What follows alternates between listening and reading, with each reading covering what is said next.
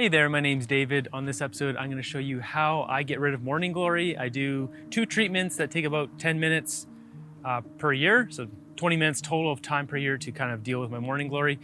The best way to get rid of morning glory is to dig it up and get right to the bottom base roots of every tiny little tendril and dig it all up, but that's going to take days, and if you have it go underneath concrete or something else, it might just be impossible. So this is a solution I came up with that only takes me 20 minutes a year and deals with it.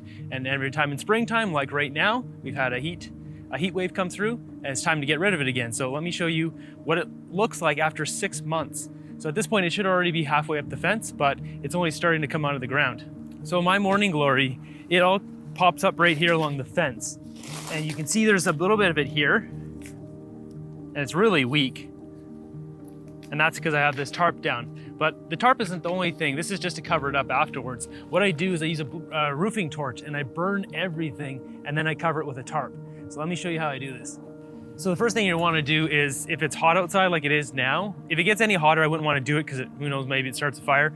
But it's still April right now, but we've had a heat wave go through, and it's time to get rid of this now. So what I've done already is I've sprayed this down for about 10 minutes or five minutes maybe. You just want to soak all the ground around where you're going to burn. So I can see the edge of the morning glories here and right against the fence.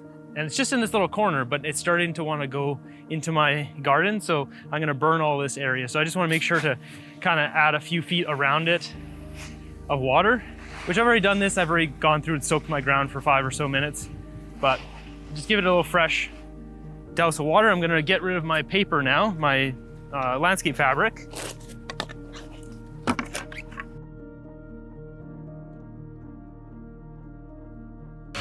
So of course I start filming a video, and then this guy's got to come cut the grass, which is just wonderful. Just wonderful. So you can see now that I pulled back the landscape fabric, all of this grass is dead, which is what I want. I don't want anything growing here. I'm eventually going to put cardboard and wood chips down to cover all this up, but it does help to keep the grass away as well as the morning glory.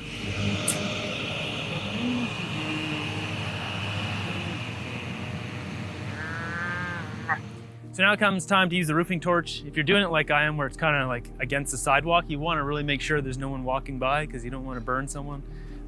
You need protective gloves like this so you don't burn your hands, and probably an igniter thing like this.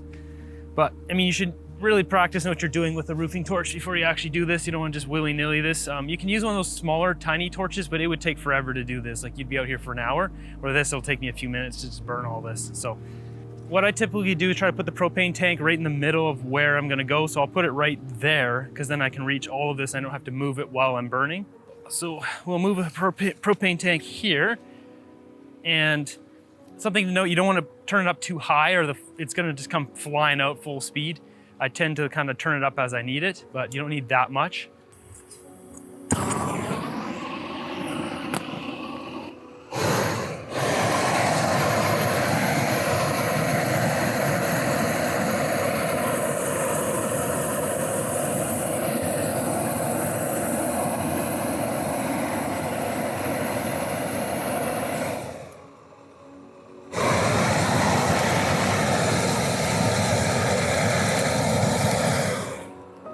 And we're gonna just make sure this fire doesn't go anywhere.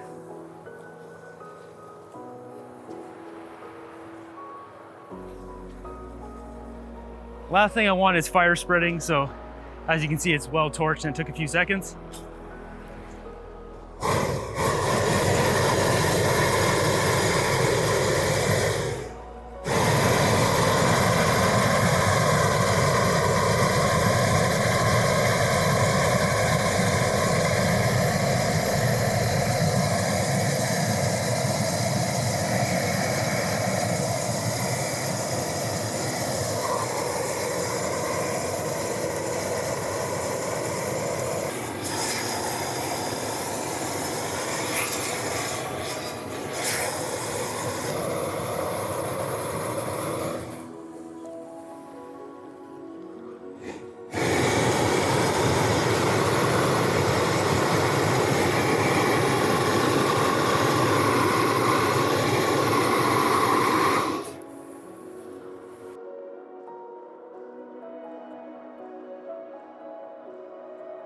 And that's it. That's all she wrote.